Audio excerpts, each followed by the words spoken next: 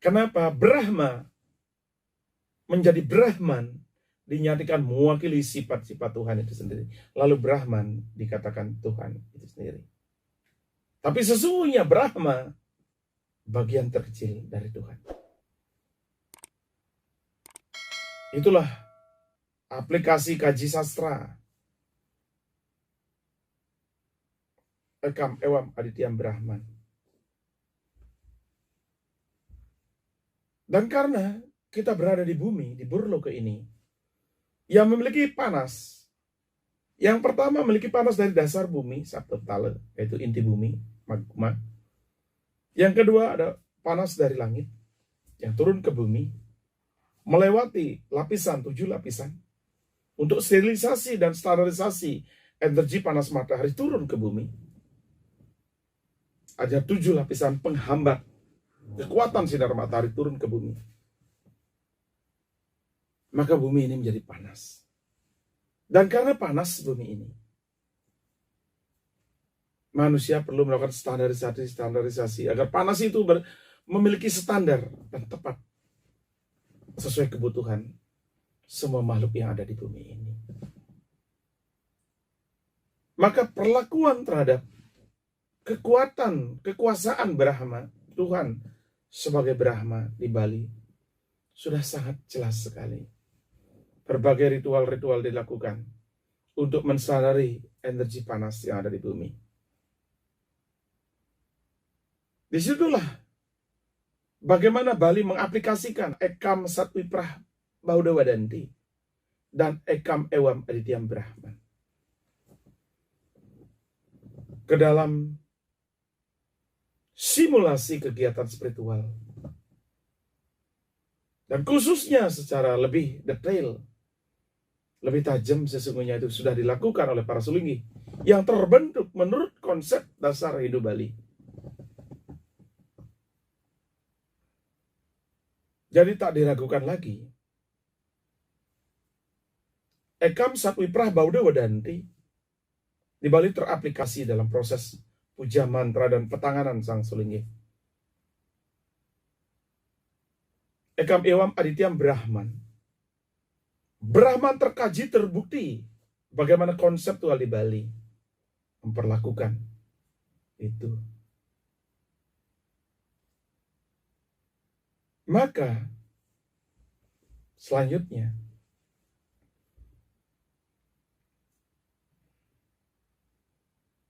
karena Tuhan memenuhi semua ruang dan waktu dari awal sampai akhir, dari Akasa Tribhuwana Saptalokana Tarbhuwana Saptaptala. Maka manusia sebagai makhluk ciptaan Tuhan tertinggi di antara makhluk-makhluk yang lain. Karena manusia memiliki Atman, di mana Atman adalah percitikan sinar suci Tuhan yang datang dari segala arah. Pun dalam kajian Atman ini sangat jelas di Bali. Bagaimana Atman itu merupakan percikan sinar suci Tuhan yang datang dari segala arah. Kembali lagi, yang maksud dengan segala arah itu adalah 8 penjuru alam dan akasa lawan pertiwi menjadi 10. Lalu Atman itu sebagai siwatman, kekuatan hidup dan kehidupan yang menyatu dalam tubuh manusia. Dan karena Atman itu terbentuk dari percikan sinar suci Tuhan yang datang dari segala arah, maka Atman itu adalah percikan sinar suci Tuhan yang paling sempurna menyatu dalam tubuh manusia. Sifat-sifat Atman karena datang dari segala arah adalah mewakili sifat-sifat Tuhan itu sendiri. Sehingga dalam satu sloka juga menyebutkan Brahman, Atman, Aikyam. Bahwa Tuhan itu atau Brahman itu sama dengan Atman. Brahman memenuhi semua ruang dan waktu, datang dari segala arah, menyatu pada setiap penjuru. Lalu Atman terbentuk dari segala isi ruang dan waktu, datang dari segala penjuru. Begitu sempurnanya Atman dalam tubuh manusia, memberikan hidup dan kehidupan. Sehingga manusia dinyatakan paling sempurna di antara yang lainnya. Kenapa? Karena Atman itu terbentuk dari Dasa Dewata. Menciptakan Dasatma. Lalu Dasatma ini menyatu menjadi Siwatma. Iswaro asika bajra amurtiakan batar bayu angreka sang niratma. Brahmo hasikap gada amurtiakan batar yama angreka sang tatuatma. Mahadewa asikap naga pasa amurtiakan sang yang licin angreka sang suratma. Wisnu asikap cakra amurtiakan sang yang taya angreka sang diratma. Siwa asikap padmo amurtiakan batar indra angreka sang siwatma. Mahasara asikap dupo amurtiakan sang yang kumara angreka sang kuatma. Ludra asikap moksala amurtiakan kano angreka sang antiatma. Sangkara asikap angkus amurtiakan mahakala angreka sang pratma. Sambu asikap trisula amurtiakan sang yang amarta, sumber kehidupan, angreka sang sunyatma. Dan Betara Guru amurtiakan Tribuana Satoloka menyatukan sisi jagat, angreka atma sani. Lalu Dasatma ini menghidupi organ tubuh manusia. Sang Niratma menghidupkan jantung, sang Tatuatma menghidupkan hati, sang Suratma menghidupkan ungsilan, sang Diratma menghidupkan ampru, sang Siwatma menghidupkan pangkal hati, sang Kuatma menghidupkan peparu, sang Antiatma menghidupkan usus lambung, sang Pratma menghidupkan limpo, sang Sunyatma menghidupkan ineban, sang Atma Sami menghidupkan pangkal jantung.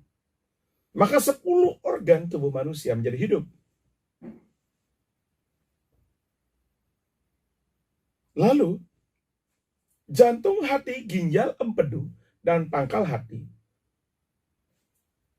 peparu, usus lambung, limpo, ineban, dan pangkal jantung menjadi Padma Lingga Buana ring raga sarira. Linggih atau tempat daripada Sang Yang Dasa Dewata dan Sang Yang Dasatma yang memberikan hidup dan kehidupan. Supaya melahirkan kekuatan di dalam tubuh manusia. Akibat terbentuk dari pancaran sinar suci Tuhan. Jika ini dipahami dan dimengerti, bagaimana membentuk Padma Lingga Buana? Adalah kekuatan Tuhan itu sendiri.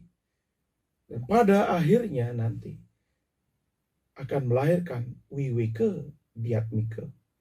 Atau cerdas, lugas, logis, rasional. Terkaji, terbukti, dan terevaluasi.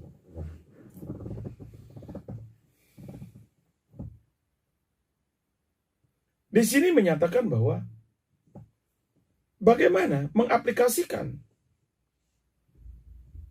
3 sloka itu. Brahman, Atman, Aikyam. Yang menyebabkan manusia sangat sempurna. Paling sempurna di semua makhluk, di antara ciptaan makhluk Tuhan. Lalu, Ekam Satwiprah Bahudewadanti. Tuhan itu satu, namun memiliki banyak nama personifikasi. Sudah jelas penjabarannya. Menjadi Dasa Dewata. Lalu dari Dasa Dewata ini, akibat simulasi perpaduan energi akan melahirkan nama-nama lain lagi. Karena setiap energi yang berbeda melahirkan nama yang berbeda. Pun begitu, Ekam Ewam Adityam Brahman, bagaimana mengkaji sifat-sifat Tuhan itu yang memenuhi ruang dan waktu. Itu terkonsep dan tertata di Bali. Terbukti dan terevaluasi. Jadi sah. Bali mendasar pada Weda yang sesungguhnya. Bali bukan sebuah estimasi, penafsiran, atau menciptakan tradisi tersendiri. Tidak menggunakan landasan Weda. Karena Weda dikaji menurut tradisi, budaya, sastra masing-masing daerah. Kalau konsep Weda dikaji dengan orang Jawa, menggunakan bahasa Jawa dan sastra Jawa, tentu memiliki cara berbicara berbeda. Cara menafsirkan berbeda. Pun begitu juga di daerah lain, di Kalimantan, Sumatera, dan yang lainnya.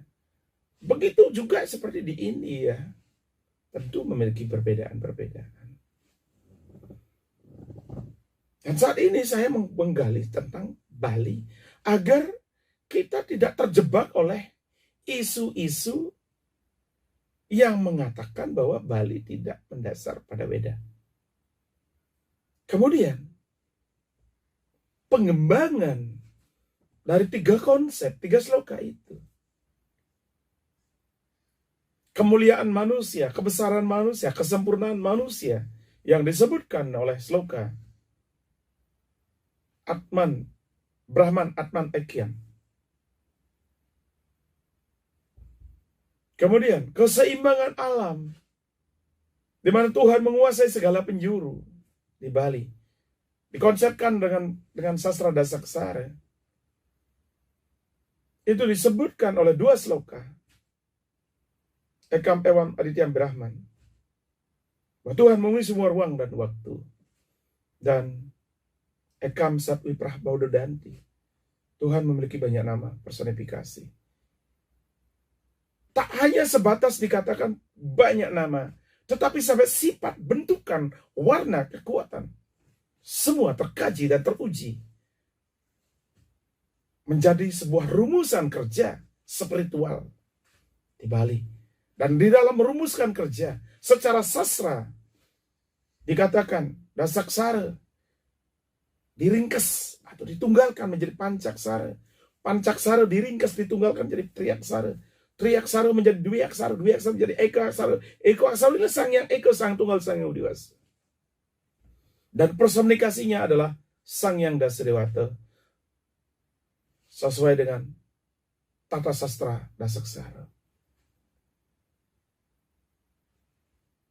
Itu aplikasi. Kemudian pembuktian, pengaplikasian dalam rumusan kerja. Menciptakan energi, menyusun energi, merancang energi lewat pertanganan Sang Sulingi. Yang begitu banyak variasi. Jika memang dipahami bagaimana pertanganan itu dibentuk. Sastra apa ketemu dengan sastra apa. Di dalam tarian itu akan melahirkan energi apa. Itulah pembuktian aplikasi Ekam Ewam Adityam Brahman dan Ekam Sat Bahudawadanti.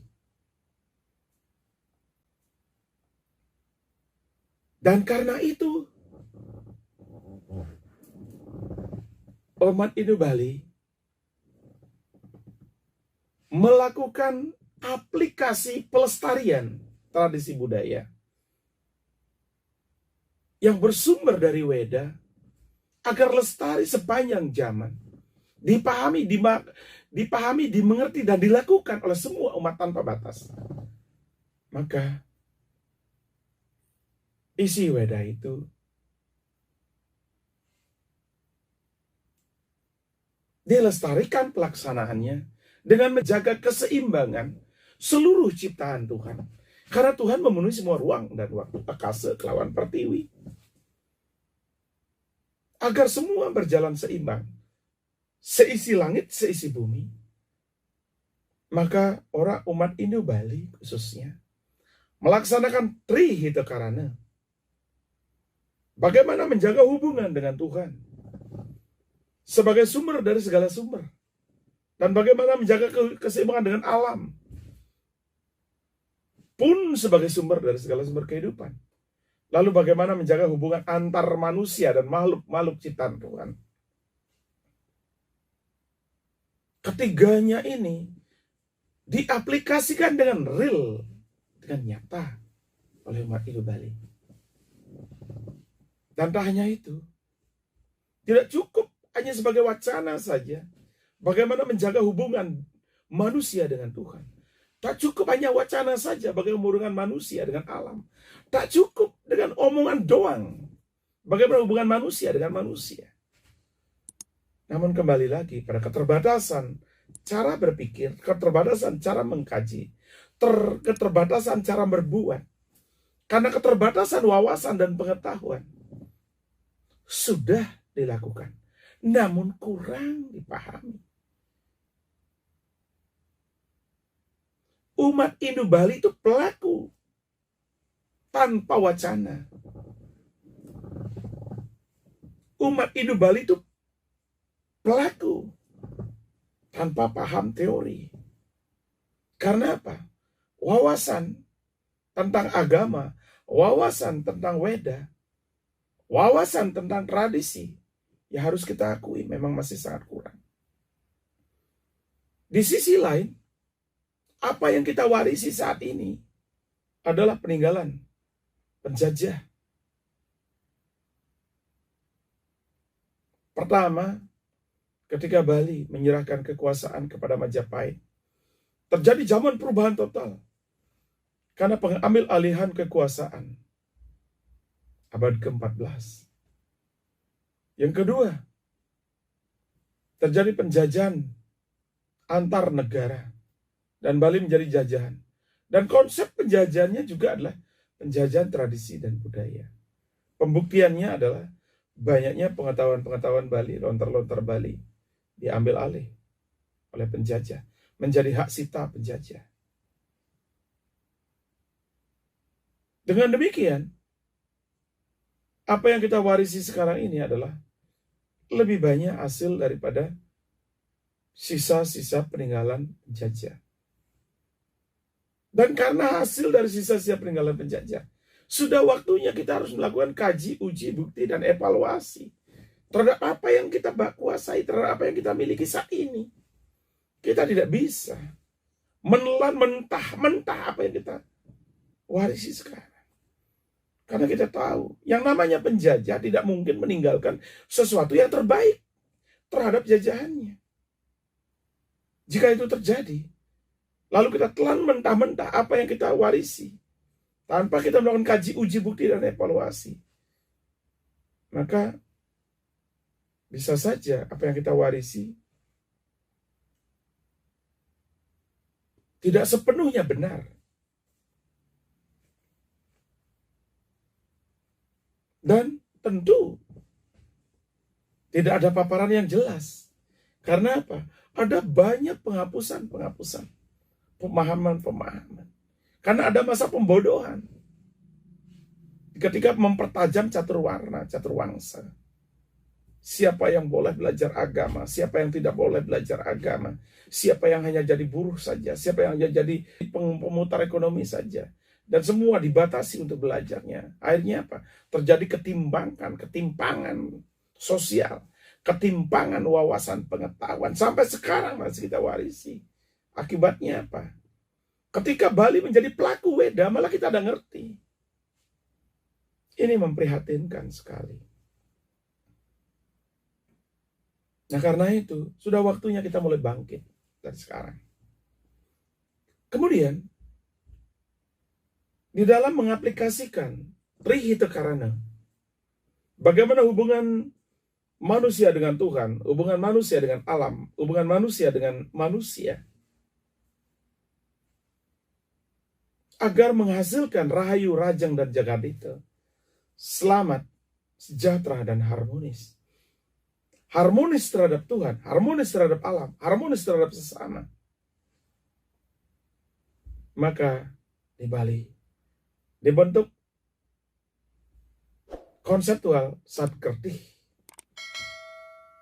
yaitu 6 konsep atau 6 cara atau 6 tata pola untuk menciptakan kerta atau kerti atau keseimbangan terhadap alam ini. Dan karenanya sudah menjadi kewajiban bagi setiap umat Indu Bali dimanapun berada, jika paham bagaimana menjaga hubungan dengan Tuhan, dengan alam, dan dengan manusia, hendaklah memahami Sadkerti 6 keseimbangan alam ini. Yaitu 1. Segara Kerti, 2.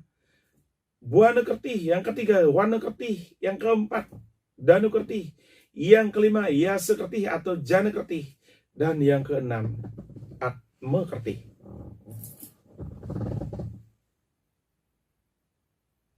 Hubungan dengan Tuhan sebagai aplikasi Brahman Atman Aikyam, maka ada Atma Kerti. Di mana dalam Atma Kerti adalah bagaimana menciptakan kestabilan, keseimbangan, dan kekuatan Atma sebagai sumber dari segala sumber hidup manusia. Lalu dari mana datangnya kekuatan Atma itu? Sumber kehidupan itu, yaitu dari Brahman. Brahman Atman Aikyam. Dari Brahman. Siapa Brahman itu? Kekuatan Tuhan yang memenuhi semua ruang dan waktu. Di mana kekuatan semua ruang dan waktu itu? Ke atas ada Tribuana Saptaloka, ke bawah ada Natar Buana Saptapala. Maka hubungan manusia dengan Tuhan akan tercetus di Sadkerti pada Atma Kerti. Bagaimana manusia menjaga hubungan, menciptakan keseimbangan hubungan dengan seisi langit atau seisi Tribuana Saptaloka. Yang di situ ada para dewa, para betara. Siapakah para dewa itu?